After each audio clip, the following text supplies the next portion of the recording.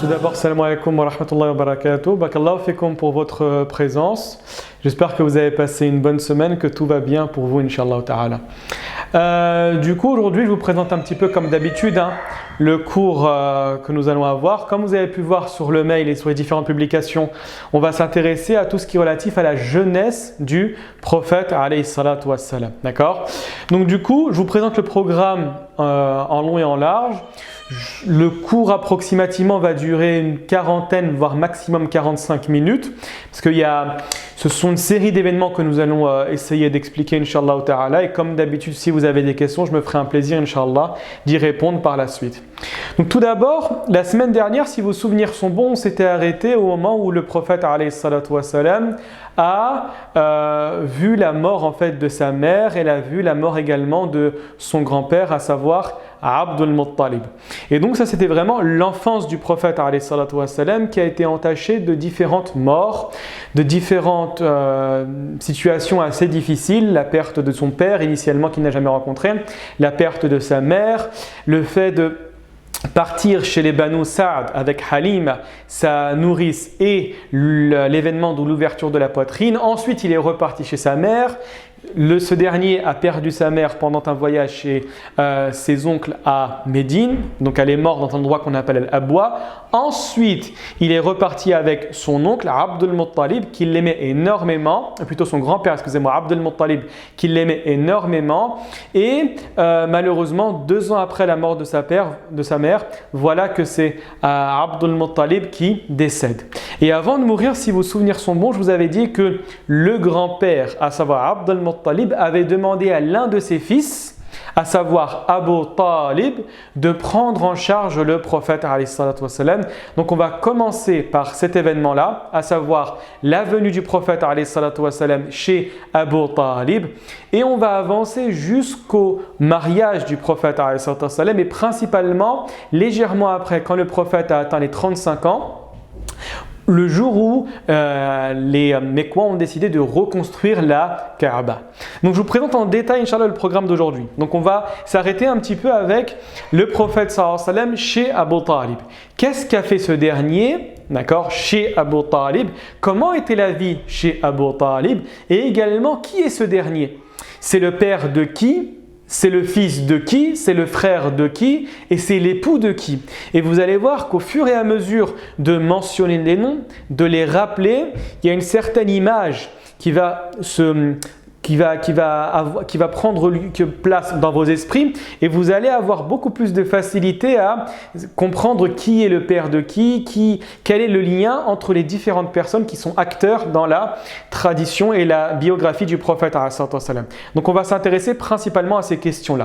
Ensuite, on va voir quel est le rôle du divin dans l'éducation du prophète sallallahu alayhi wa sallam et sa préservation pendant sa jeunesse. Et on va voir qu'ici, implicitement, le divin est rentré en scène. Il est rentré en scène à travers certaines tâches que Dieu a accordées au prophète alayhi wa sallam, également à travers la perte de certaines personnes, comme on avait avec sa mère et son père et son grand-père, d'accord? Et donc on va essayer de déterminer quels étaient les éléments, ou plutôt quels sont les moments où le divin s'est manifesté dans la vie du prophète alayhi wa sallam à travers une éducation, mais également à travers une préservation. Une éducation pour pouvoir être dans l'actif, dans l'apprentissage, mais une préservation à travers ce que faisaient les personnes de la Mecque et qui n'a pas touché le prophète alayhi wa sallam. Ensuite, on va s'intéresser à une histoire extrêmement connue. C'est celle entre le prophète alayhi wa sallam, alors qu'il était âgé seulement de 12 ans lors d'un voyage en Syrie avec un moine qui s'appelle Bahira. Mais avant d'expliquer cette histoire, c'est très important, je vais faire une petite introduction concernant la divergence que nous allons voir dans la sélection des hadiths. Ça, c'est très important, c'est exactement comme le droit musulman, d'accord? Vous savez qu'en fiqh, il y a des divergences auprès des savants. Certains vont dire qu'une chose est halal, d'autres vont dire qu'elle est haram. En se basant sur quoi? Sur une certaine méthodologie. Le savant, par exemple Abu Hanifa, va avoir une méthodologie qui va être différente de celle de l'imam Ahmed. Et puisque la méthodologie va être différente, forcément le résultat va être différent. Et pour information, dans le hadith, c'est exactement la même chose. C'est-à-dire que vous avez des différents spécialistes du hadith, chacun va avoir sa méthodologie, certains sont très rigoureux, scrupuleux dans la sélection du hadith, tandis que d'autres sont plus laxistes. Et donc on verra rapidement, sans rentrer dans les détails, qui sont les savants qui ont refusé cette histoire, qui sont les savants qui l'ont acceptée et quelle est la raison du refus ou de l'acceptation. D'accord ? Ensuite, Inch'Allah, on va parler rapidement du pacte des vertueux. C'est un pacte que le prophète sallallahu alayhi wa sallam a réalisé, celui qu'on appelle Hilf al-Fudul, alors qu'il n'était pas encore prophète. Et c'est un pacte tellement important de l'islam que même le prophète alayhi salatu wa sallam, après sa révélation, va parler de ce pacte-là. D'accord ? On va citer le hadith qui traite cette question-là. Ensuite, on va bien évidemment parler du prophète alayhi salatu wa sallam et de son mariage avec Khadija. Comment le prophète a connu cette femme, comment le mariage s'est réalisé et quel est le résultat de ce mariage-là. D'accord ? Donc principalement au niveau de l'après-prophétie et également des enfants qu'il y a eu entre le prophète alayhi salatu wa sallam et Khadija. Et enfin, on va s'arrêter très rapidement sur la question de la reconstruction de la Kaaba. Comment la Kaaba était initialement avant l'époque du prophète alayhi salatu wa sallam, comment ils l'ont reconstruite et également, chose importante à savoir, c'est que comment le prophète alayhi salatu wa sallam a réglé une histoire, un différend entre les différentes tribus de la Mecque qui a fait en sorte d'éluder un combat, une guerre intestinale. Très bien.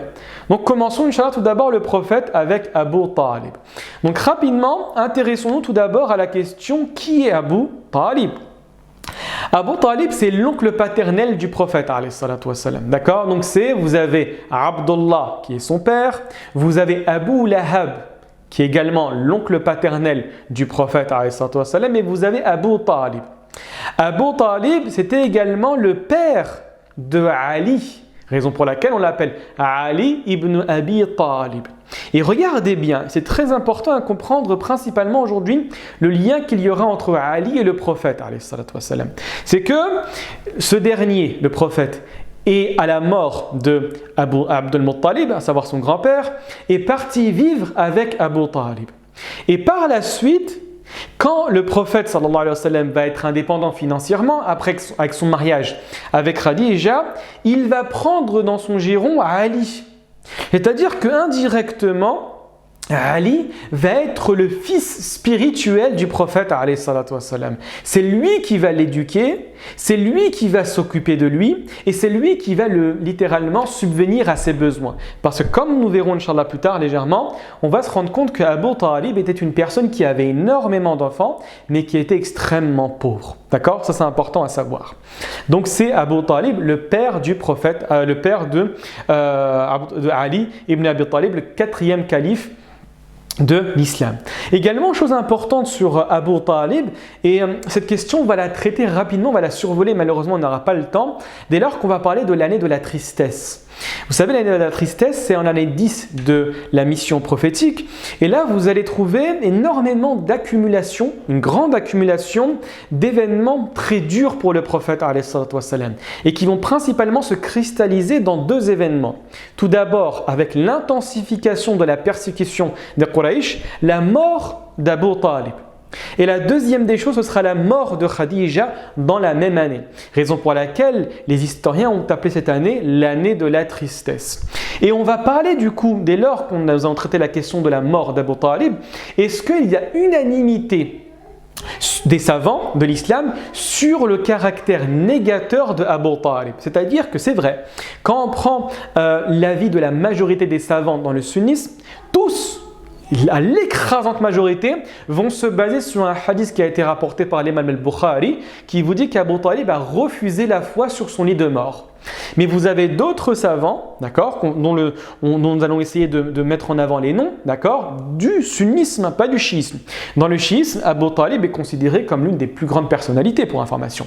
Mais dans le sunnisme, on va voir qu'il n'y a pas unanimité sur le fait que Abu Talib ait rejeté la foi. Et donc vous avez un livre extrêmement connu qui s'appelle Asna al-Matalib fi Najati Abi Talib, qui vous parle qu'effectivement Abu Talib n'était pas un négateur, mais qui était une personne qui a cru au prophète alayhi salatu wassalam et qui a partagé sa foi sans la manifester pour pouvoir garantir une protection au prophète alayhi salatu wassalam. D'accord? Donc ici, c'est le fait en fait de mettre en avant ce type d'avis, ce n'est pas en fait pour essayer d'ébranler la foi des personnes, c'est pas du tout, c'est pour essayer de faire comprendre que avec l'apprentissage, on essaye d'avoir une vision beaucoup plus large de l'islam en se disant que il y a une partie que j'ai appris et il y a une partie que je ne connais pas, et donc quand je ne connais pas certaines choses, des fois c'est bien de se montrer humble et d'avoir de garder un petit temps pour pouvoir apprendre. D'accord? Donc gardez bien en tête que la question de Abu Talib n'est pas tranchée, il n'y a pas unanimité des savants du sunnisme sur le refus d'Abu Talib de la foi. D'accord? On va en parler, Inch'Allah. Et également, vous avez une femme qui n'est pas trop connue, d'accord? Et malheureusement, c'est une personne qui a énormément joué dans la vie du prophète alayhi salatu wassalam. Cette femme, c'est Fatima bint al-Asad. Fatima bint al-Asad, il y a beaucoup de Fatima dans l'islam, hein, d'accord? Il y a la fille du prophète alayhi salatu wassalam, il y a la mère de Khadija qui s'appelle Fatima, il y a la fille, comme je viens de dire, du prophète, et vous avez la mère de Ali, qui a accepté la foi à l'unanimité des savants, qui est devenue musulmane. Fatima bint al-Asad, la mère de Ali. Et ce qui est fort avec cette femme-là, c'est que le prophète alayhi salatu wassalam l'aimait énormément. D'accord? Il l'a considérée pratiquement comme sa deuxième mère avec Ayman. D'accord? Ce sont des personnes qui ont donné de l'amour au prophète alayhi salatu wassalam, un amour maternel extrêmement important pour les enfants après la mort de sa mère biologique. Et également, vraiment, une petite digression qui est importante, c'est que des fois on regarde sur internet et principalement sur des sites ou des vidéos qui se veulent, qui essayent plutôt de lancer des accusations sur deux grands dogmes, à savoir le caractère divin du Coran, mais également sur la personne du prophète alayhi salatu wassalam, en disant « Oh, vous musulmans », et ça arrive principalement dans les pays arabes, les arabes où il y a des chrétiens, c'est principalement malheureusement de certains chrétiens arabes qui vont manifester sur des plateaux de télévision, des émissions, des vidéos sur YouTube, etc. pour pouvoir discréditer le prophète alayhi salatu wassalam en lançant des accusations sélectives et en ne jamais mentionnant le caractère global du texte pour essayer de discréditer la personnalité du prophète alayhi salatu wassalam en disant indirectement « Vous prétendez connaître votre prophète, je vais me baser sur vos textes, je vais me baser sur vos ouvrages, sur votre patrimoine culturel pour dire que Mohammed n'était pas quelqu'un de bien. » Et malheureusement, ils ont un texte avec Fatima bint al-Asad. Mais regardez où est en fait la perfidie et la fourberie. Ils vous disent que le prophète de l'islam était une personne qui manifestait de la nécrophilie. La nécrophilie, c'est en gros une attirance vers des morts. En gros, il avait des relations sexuelles avec des morts. Et il vous base un hadith sur Fatima bint al-Asad où le prophète, alayhi salatu wassalam, dès qu'il est mort, dès que Fatima bint al-Asad est morte, il est rentré dans la tombe avec elle. Et on vous dit ça comme ça. On vous dit voilà un texte, une Fatima bint al-Asad qu'on ne connaît pas, que personne ne va connaître, en disant que ce dernier est rentré dans la tombe avec elle. Et on omet de dire volontairement, bien évidemment, que Fatima bint al-Asad n'était autre que la mère spirituelle, on va dire, la deuxième mère du prophète, alayhi salatu wassalam. Et le prophète, effectivement, est rentré dans la tombe avec lui pour pouvoir la mettre dans la tombe tellement qu'il l'aimait. Le prophète, alayhi salatu wassalam, pleurait à la mort de cette femme-là. Et donc, du coup, on retire certains éléments, on présente le prophète alayhi salatu wassalam d'une autre manière et on fait croire que c'était une personne qui se prétendait être un prophète et qui n'était pas la véritable personne que l'on considère. Donc faites attention, dès lors que vous voyez des textes qui sont similaires à ceux-là, il y a toujours une réponse, il suffit seulement de chercher convenablement. Alors rapidement maintenant, intéressons-nous à la pauvreté d'Abu Talib, effectivement. Vous avez une histoire qui est extrêmement relatée dans les livres d'histoire qui vous parle des repas et de la bénédiction. C'est que, comme je vous ai dit initialement, Abu Talib avait énormément d'enfants. D'accord ? Et en ayant énormément d'enfants, les textes vous disent que lorsqu'ils se rassemblaient pour manger, personne ne mangeait à sa faim. Que lorsqu'ils mangeaient, chacun individuellement. Mais par contre, Abu Talib et Fatima bint al-Asad avaient remarqué quelque chose. C'est que dès lors que le prophète, alors qu'il n'était pas encore prophète ici, participait avec eux au repas, tous mangeaient à leur faim. Au point où Abu Talib a énormément aimé le prophète sallallahu alayhi wa sallam et a commencé à dire à l'ensemble de sa famille que la première personne qui doit boire et la première personne qui doit manger dès lors que nous commençons un repas n'est autre que le prophète de l'islam, Mohammed alayhi salatu wa sallam. Et également à voir que l'amour d'Abu Talib pour le prophète va continuer. Elle va se manifester de manière beaucoup plus intense au fur et à mesure que le prophète sallallahu alayhi wa sallam prend de l'âge. Au point où, comme on verra, Inch'Allah, dès lors que le prophète Mohammed va atteindre l'âge de 40 ans, ça va être Abu Talib, de par sa place à la Mecque, de par son rang, ce qu'on appelle en arabe al-mana'a, c'est-à-dire un rang tellement important qu'il va interdire les invectives, qu'il va interdire le mal, qu'il va interdire les préjudices. C'est lui qui va absolument et constamment protéger le prophète alayhi salatu wa sallam, patienter avec lui-même dans la faim et dans l'adversité. Donc ici, l'amour du prophète, plutôt l'amour d'Abu Talib envers le prophète, était extrêmement importante et intense. Très bien. Maintenant, intéressons-nous rapidement à l'éducation et la préservation divine. Là, on commence à voir que le prophète vit à la Mecque, il vit sous le giron de Abu Talib, il commence à prendre de l'âge et on peut se dire, mais qu'est-ce que faisait le prophète Mohammed tout au long de ses journées? On va essayer de mettre ça en évidence. La première des choses qu'il faut savoir, c'est qu'il y a eu une éducation divine à travers un métier. Et un métier qui a été partagé par l'ensemble des prophètes. C'est autre que le métier de berger. Effectivement, vous avez un hadith qui a été rapporté par le Bukhari où le prophète sallallahu alayhi wa sallam dit « Ma ba'ath Allahu nabiyyan illa ra'a al-ghanam » فقال أصحابه وأنت فقال نعم كنت أرعاها على قراريط لأهل مكة. C'est un texte fondateur que je vais traduire juste après. Donc là, on voit la référence, le hadith 2262 dans le Sahih de l'imam al-Bukhari. En français, ça nous dit que le prophète a dit « Il n'est pas un prophète qu'Allah a envoyé sans qu'il n'ait été berger. » Et là, les compagnons se sont posé la question « Ya Rasulallah, même toi ?» Et là, il dit en effet « Je gardais le bétail de certains Mécois en échange de quelques pièces de monnaie. » Et là, on peut se poser la question « Mais pourquoi le prophète et pourquoi l'ensemble des prophètes ont commencé leur vie en tant que berger ?» Et ça, c'est clair. Hein. On peut le voir dans le Coran avec l'histoire de Moïse. On peut le voir également dans la tradition prophétique avec l'histoire d'Ibrahim, d'accord? Tous les prophètes ont été bergers. Et ici, faites attention, le terme de berger, quand on dit yara al-ghanam, ça fait référence aux moutons, hein. Ça ne fait pas référence aux chameaux, ça ne fait pas référence aux vaches, mais principalement aux moutons. Et il y a une raison. Certains savants ont essayé de l'expliquer à l'instar de Ibn Battal, d'accord? Donc quand on met en avant, pourquoi le métier de berger? Vous avez Ibn Battal qui met en avant que la première des raisons, c'est pour apprendre à commander et à diriger. Et effectivement, ça saute aux yeux. D'accord? Regardez la parole d'Ibn Battal dans l'explication de ce hadith-là. Il vous dit que c'est une introduction à la direction politique des humains. C'est vrai. Pourquoi?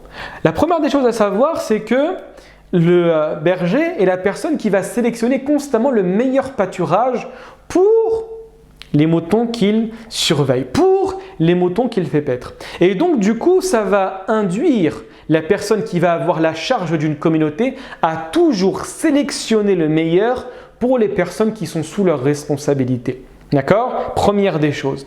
La deuxième des choses, c'est qu'il faut soigner la bête blessée. Effectivement, vous avez des moutons qui vont accélérer, qui vont marcher vite, d'autres qui vont rester blessés. Et là, ce qu'il faut savoir également, c'est qu'il y a une particularité chez les moutons, c'est qu'ils n'écoutent pas. Ils n'écoutent pas. Si vous n'avez pas un certain leadership, si vous n'avez pas un certain charisme pour pouvoir les garder, pour pouvoir les rassembler, pour pouvoir faire en sorte de ne pas aller trop vite ni d'aller trop lentement, vous allez les perdre. Ils vont partir, ils vont se disperser et vous risquez de perdre l'ensemble de ces bétails. Et donc, certaines des fois sont blessées. Et donc, il faut rester miséricordieux malgré la volonté du chef de l'État d'être intransigeant sur certaines questions. Donc, ici, il y a le travail de tout ce qui est relatif à la miséricorde. La troisième des choses, effectivement, c'est prendre en compte le plus faible. Comme je vous ai dit initialement, si on va trop vite, les plus faibles resteront derrière. Si on ne va pas assez vite, ceux de devant, les leaders, les meilleurs de la communauté vont peut-être vouloir aller chercher et voir ailleurs. Donc en gros, ça nous apprend comment gérer une communauté. Également, il y a connaître son bétail, bien évidemment. C'est-à-dire que le véritable berger est la personne qui va savoir quelle est la bête qui a un problème, quelle est la bête qui marche rapidement, quelle est la bête qui a des difficultés, exactement de la même manière dès lors qu'on va avoir des personnes à gérer. Vous devez adapter votre propos, adapter votre personnalité en fonction de la connaissance de chaque individu qui vont former votre corps, qui vont former votre société, qui vont former votre communauté. Et vous ne pouvez pas considérer que c'est un bloc monolithique que nous allons prendre et que nous allons constamment agir en faisant aucune distinction entre les individus. Non, c'est pas vrai. Parce que c'est vrai. Quand on regarde la communauté du prophète, vous avez Omar ibn al-Khattab, vous avez Abu Bakr, vous avez Uthman, vous avez Ali, mais également des personnes qui ont écouté le message du prophète sallallahu alayhi wa sallam mais qui l'ont refusé. Vous avez Abu Jahl, vous avez Abu Sufyan également, qui initialement l'ont refusé et qui après l'ont accepté. Vous voyez ce que je veux dire ou pas? Donc vous allez constamment adapter votre propos en fonction de la personne qui se trouve en face de vous et ça c'est essentiel pour avoir un message qui va être cohérent, compris et par la suite accepté. Et également, comme je dis, adapter son attitude. Des fois aller vite, des fois aller doucement. Des fois être intransigeant, des fois être miséricordieux. D'accord? Donc ça c'est la première des raisons selon Ibn Battal qui vous dit que le musulman, ou plutôt c'est la raison pour laquelle Dieu a fait en sorte que tous les prophètes soient bergers initialement. D'accord? La deuxième, Ibn Hajar également vous met en avant que, je pense que vous avez déjà entendu parler d'Ibn Hajar. Ibn Hajar, pour les personnes qui ne le connaissent pas, ça va être l'un des plus grands savants du hadith qui a eu le privilège de faire la plus grande explication de Sahih al-Bukhari. Fath al-Bari fi Sharh Sahih al-Bukhari. Et on vous dit que c'est la meilleure explication de Sahih al-Bukhari qui existe sur terre. Et véritablement, cette personne, Ibn Hajar al-Asqalani, était une personne qui sortait du lot. D'accord? Il a atteint le degré le plus haut dans le hadith. Dès lors que vous entendez qu'une personne s'appelle Amirul Mu'minin fil hadith, c'est-à-dire le chef des croyants dans le hadith, c'est véritablement la personne dans le domaine du hadith qui a atteint la sommité. Comme l'imam al-Bukhari par exemple, comme l'imam Muslim, d'accord? Ce sont des personnes qui sortent du lot dans le hadith. Et donc Ibn Hajar, dès que vous le voyez, gardez-le en tête, c'est une personne remarquable. Et donc lui il vous dit c'est pour apprendre la patience avec la communauté. Effectivement, d'accord? Pourquoi? Ça résume un petit peu tous les propos que j'ai mis en avant concernant l'explication d'Ibn Battal des animaux différents qui s'éparpillent contrairement aux autres animaux, des faibles, des forts, etc. Donc ça apprend effectivement au prophète à la patience pour pouvoir gérer dans l'avenir des personnes qui seront totalement différentes. Également, le troisième élément, ça va être l'indépendance financière. Et là, c'est vrai.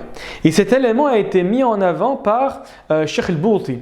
Dès lors qu'il explique que l'une des raisons qui a fait en sorte que le prophète, alayhi salatu wassalam, dans sa jeunesse, ait une indépendance financière, ou plutôt qu'il travaille, c'est pour avoir une certaine indépendance financière. Dans le sens où, le jour où ce dernier va avoir la prophétie, il n'y aura absolument aucune personne qui pourra venir le voir et lui dire « Mais pourquoi tu ne m'écoutes pas alors que quand tu étais jeune, c'est moi qui ai subvenu à tes besoins.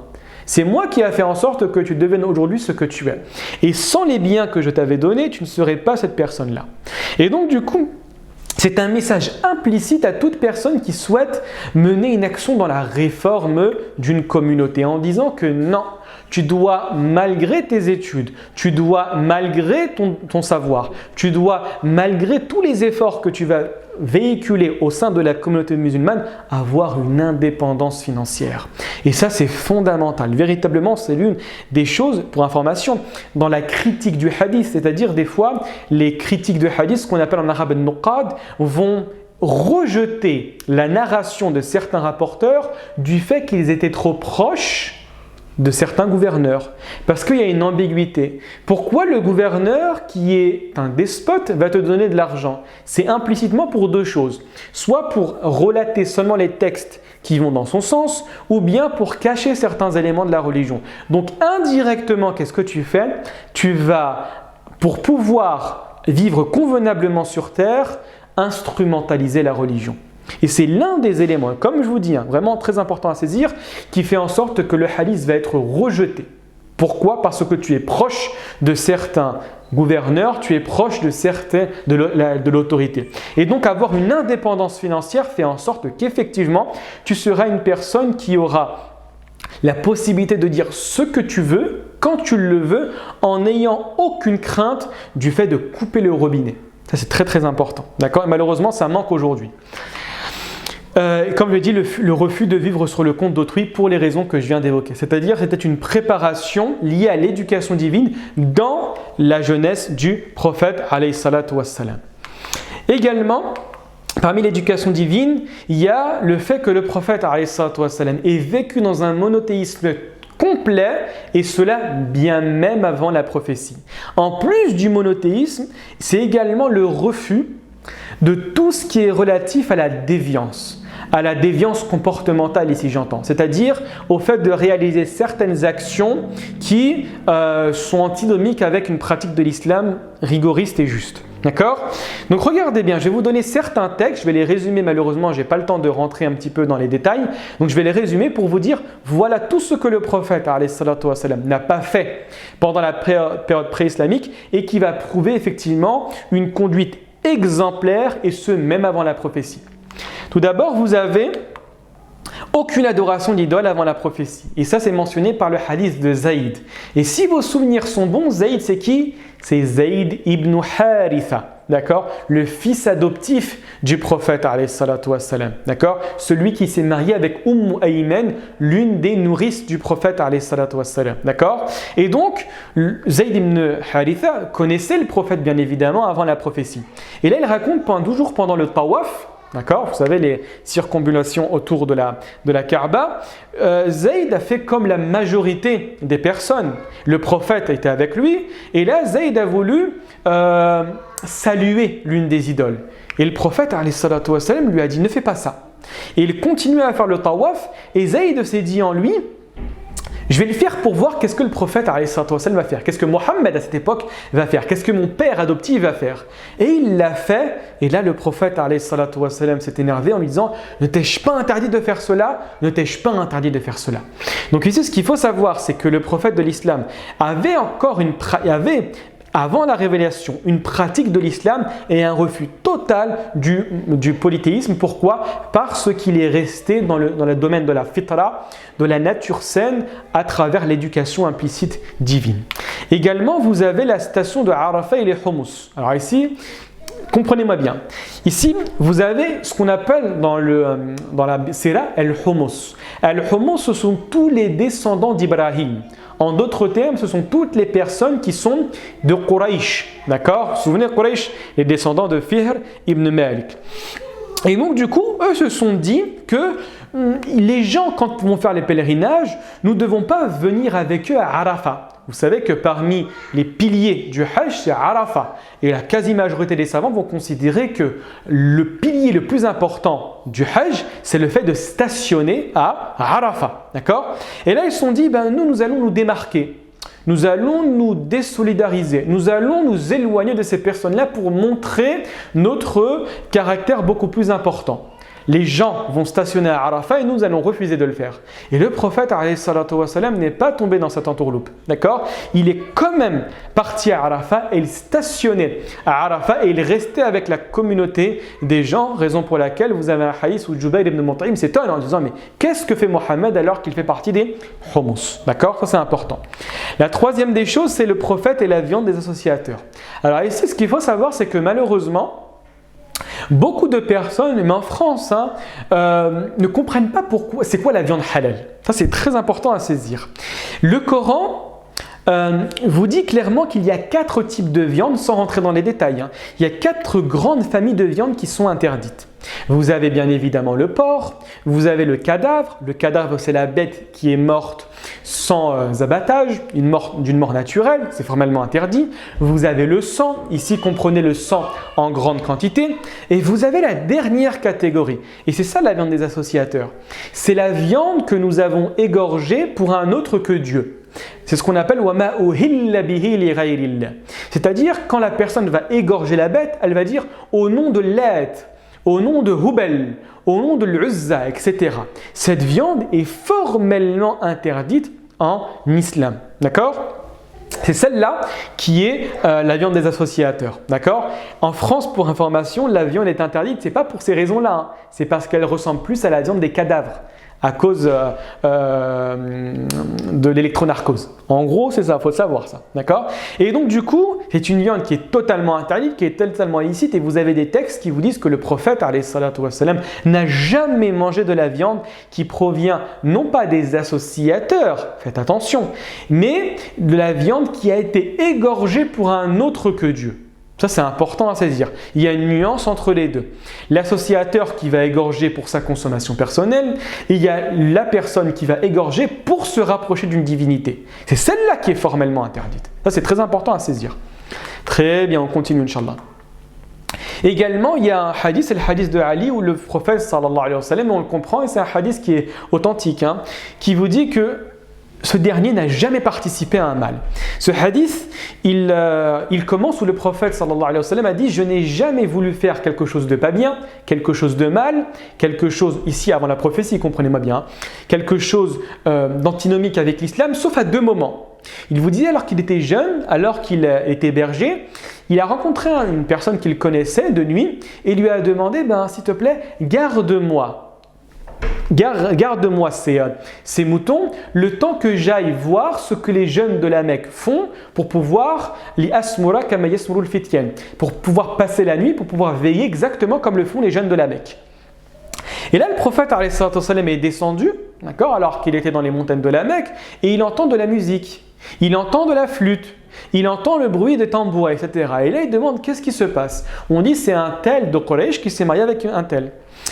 Et donc, il veut se diriger vers cette fête-là et là, tout d'un coup, il ressent une grande fatigue et tout d'un coup, il s'endort. Et il s'endort et là, le prophète dit qu'il y a seulement la chaleur du soleil qui l'a réveillé.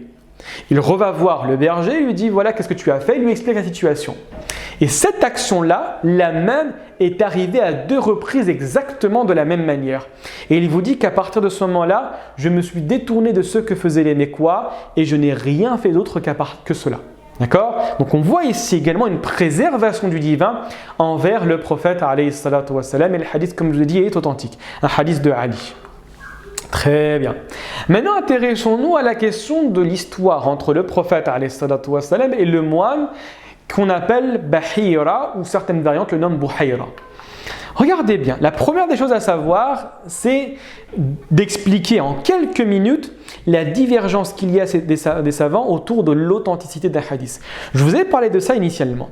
Je vous ai dit que dans le droit musulman, ça vous le savez, il y a toujours des divergences. D'accord ? Et vous avez une règle dans le droit musulman qui va chapeauter l'ensemble de la divergence, qui vous dit « La inkara fi masail al-khilaf ». Elle est très belle cette règle.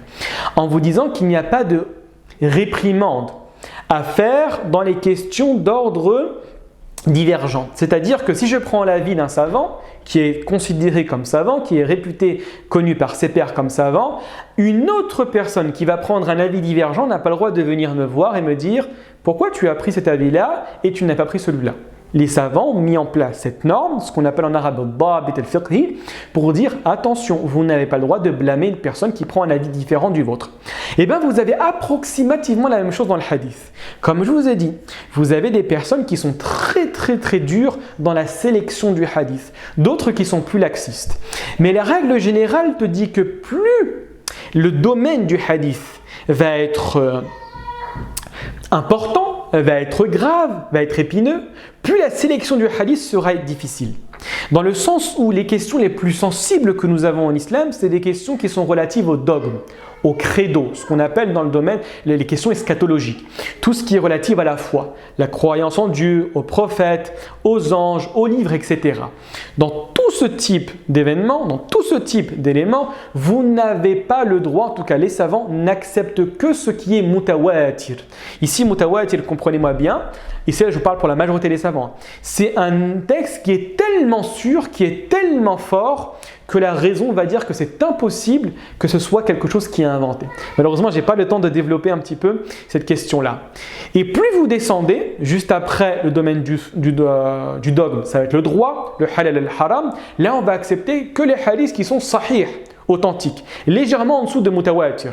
Mais par contre, dans le domaine des récits, dans le domaine également des œuvres méritoires, ce qu'on appelle fada'il al-a'mal, c'est-à-dire les actions qui vont te demander de faire du bien, d'être bien avec les gens, de jeûner quelques jours. On va avoir une sélection de hadiths qui se veut un petit peu beaucoup plus laxiste. Et plus vous descendez, plus on est laxiste. Raison pour laquelle ici, la question de Buhayra ou la question de l'histoire du prophète avec l'imam, avec le moine Bahira, c'est une question qui est soumise à la divergence auprès des savants, mais qu'aucun savant a considéré, en tout cas la majorité, a considéré comme inventé. Vous avez l'imam al-Zahabi qui a rejeté ce hadith-là en disant qu'il y avait des problèmes à l'intérieur du hadith, il y avait des incohérences, parce que entre guillemets, ce qu'il faut savoir, c'est que la critique du hadith se fait au niveau de la chaîne de transmission, qui doit respecter 5 grandes règles, et au niveau également du contenu, ce qu'on appelle le matn, l'énoncé du hadith.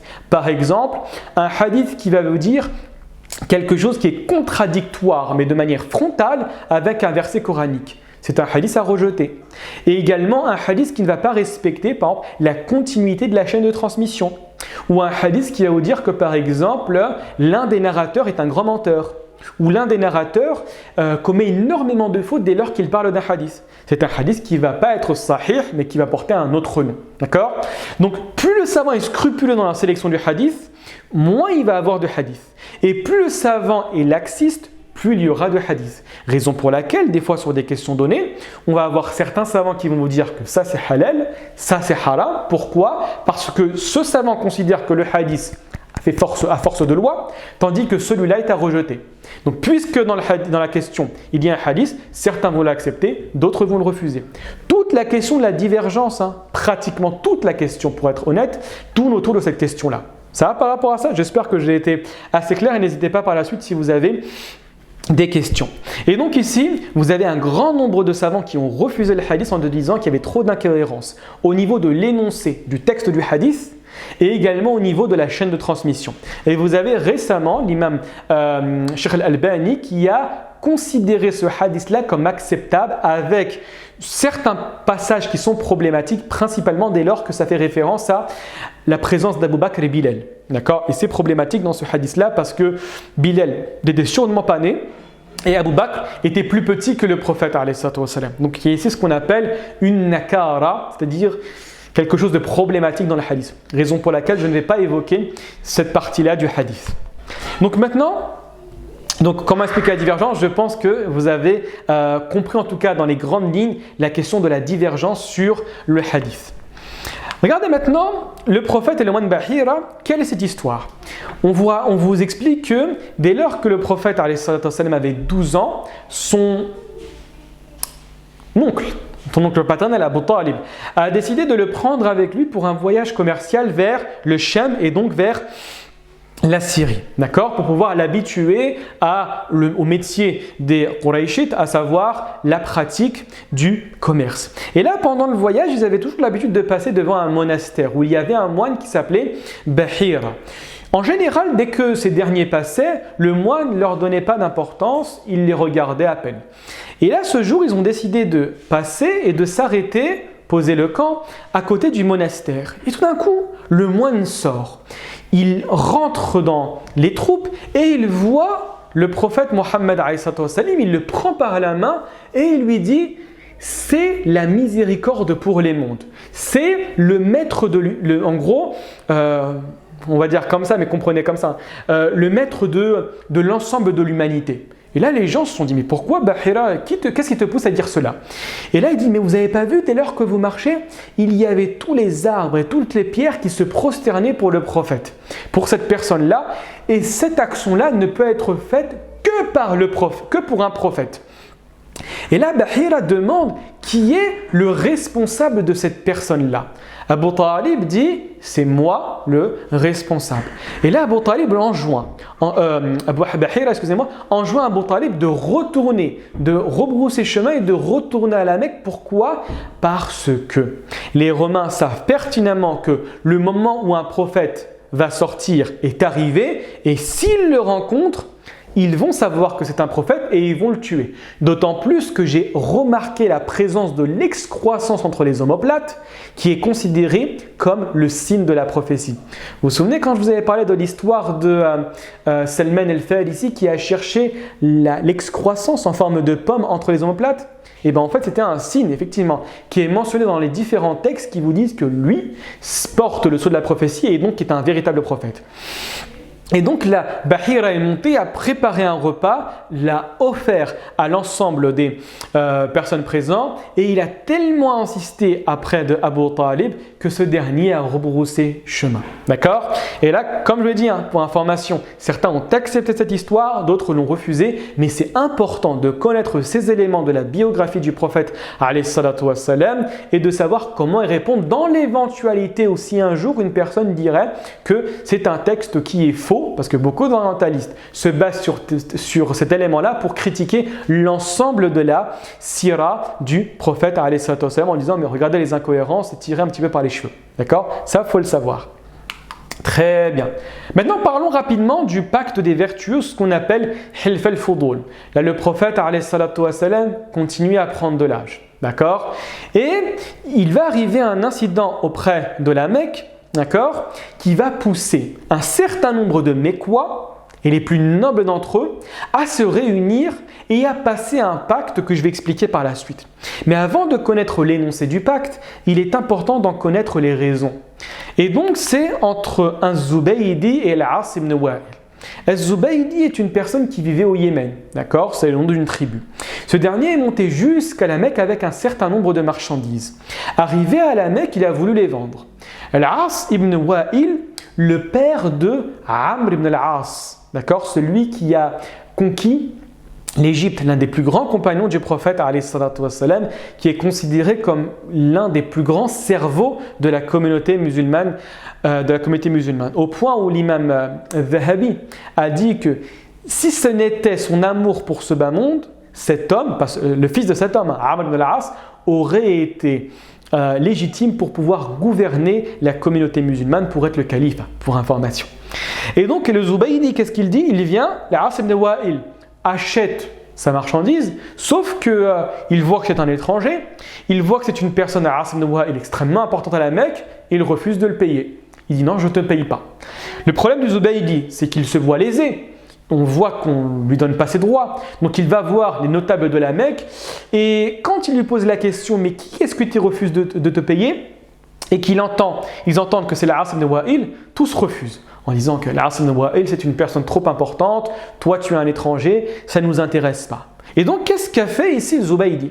C'est qu'il est monté sur les montagnes de la Mecque et a commencé à demander à l'aide, en criant, en disant « mais j'ai été lésé, on m'a arnaqué, on ne veut pas me rendre mes biens ».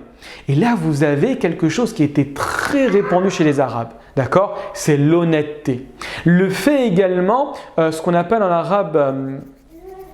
le fait de faire le bien constamment, le fait également d'aider la personne qui en a besoin et de ne pas rester silencieux face à l'injustice. D'accord? Et donc là, ce désir ardent, ce comportement des Arabes a commencé à bouillir et ils sont tous rencontrés, ils sont tous partis dans une maison qu'on appelle celle de Abdullah ibn Jud'an. Ce dernier a concocté un repas et il a ramené l'ensemble des personnes qui ont voulu prêter assistance à Zubaydi. Et ils se sont dit, on va jurer que nous allons constamment aider la personne qui demande un bien tant qu'elle est dans le droit et tant qu'elle est dans la justice. Ils ont passé un pacte, ils ont passé un contrat. Par la suite, ils sont tous allés voir Al-As ibn Wa'il, on lui a mis la pression au point où ce dernier a rendu l'ensemble des marchandises au Zubaydi. D'accord? Et donc c'est un pacte qui est resté dans l'histoire chez les Arabes et le prophète l'a tellement aimé et a tellement été fier de ce pacte-là qu'il en a parlé même après la prophétie.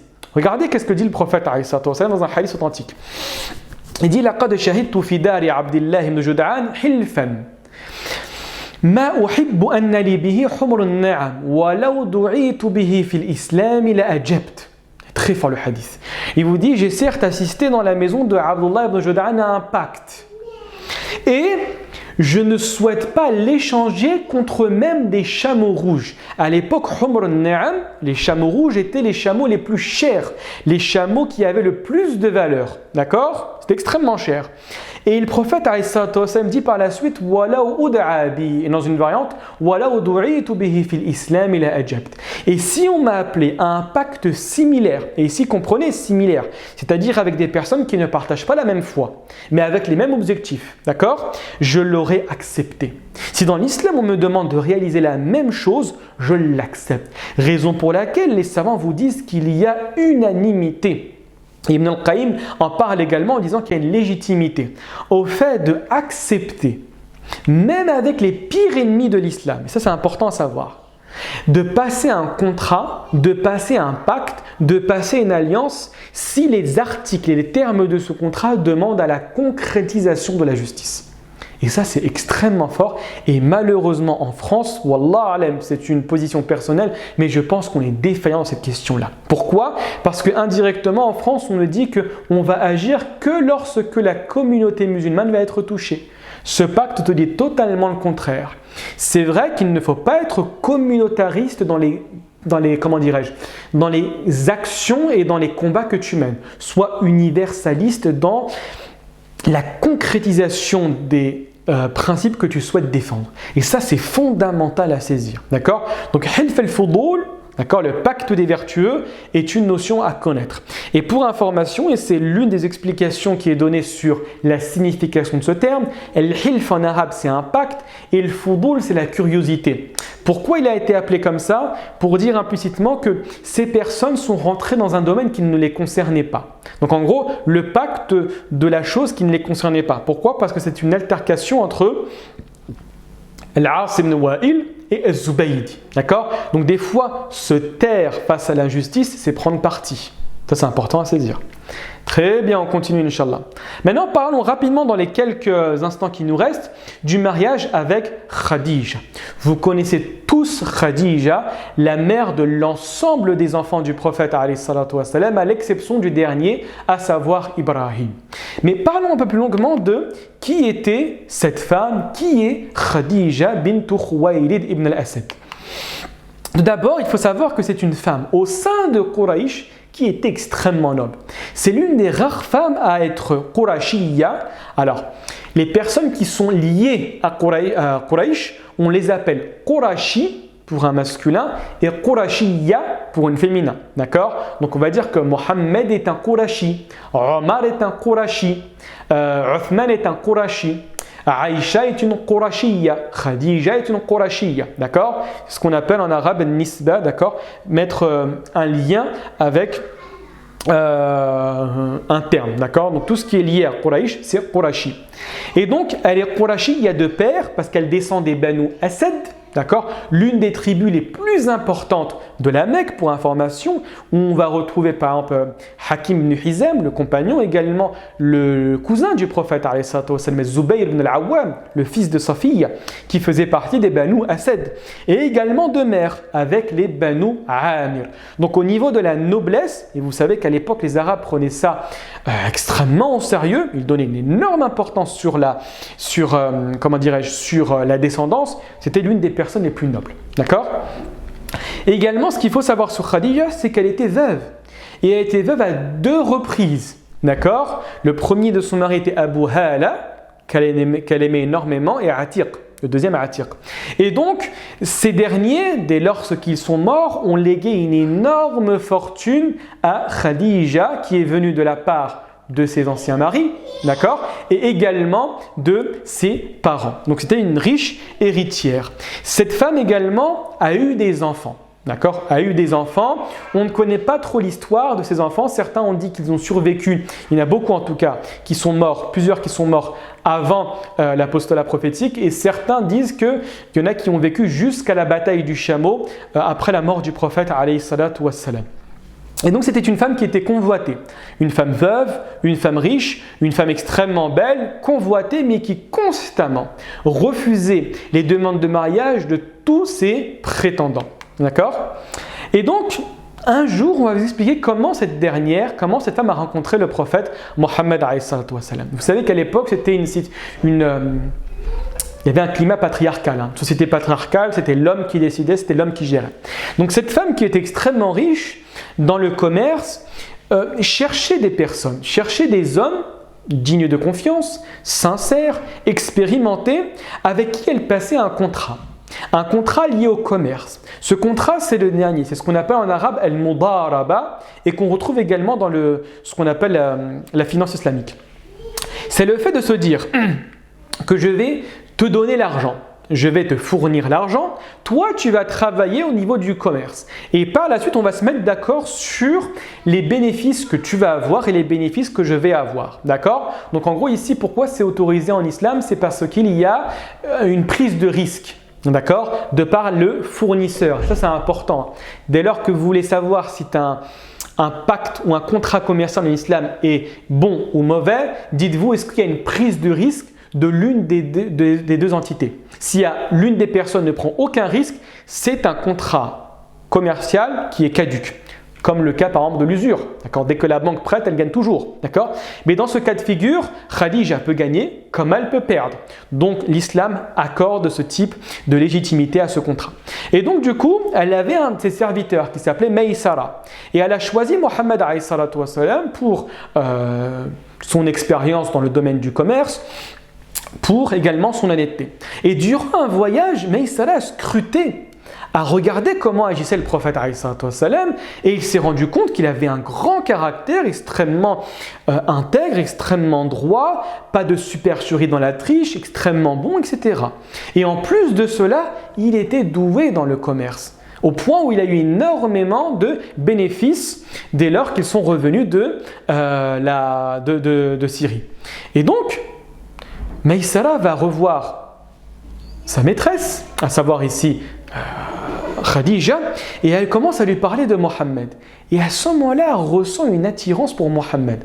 Elle se disait, c'est vraiment ce que je cherche, c'est vraiment ce que je veux. Mais vous savez qu'à l'époque, vous aviez honte, que la femme a honte d'aller voir directement le mari et de lui dire, je vais me marier avec toi.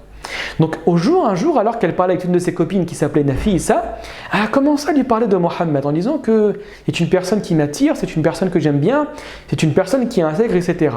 Et là, elle lui a dit, tu veux que je mette en place en gros un stratagème pour que je vois s'il a envie de se marier avec toi? Elle dit, vas-y, fais.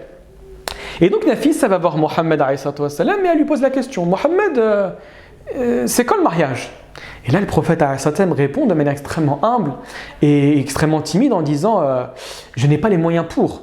Et là, Nafisa lui dit, mais tu sais, c'est pas grave. La question de l'argent, c'est pas important.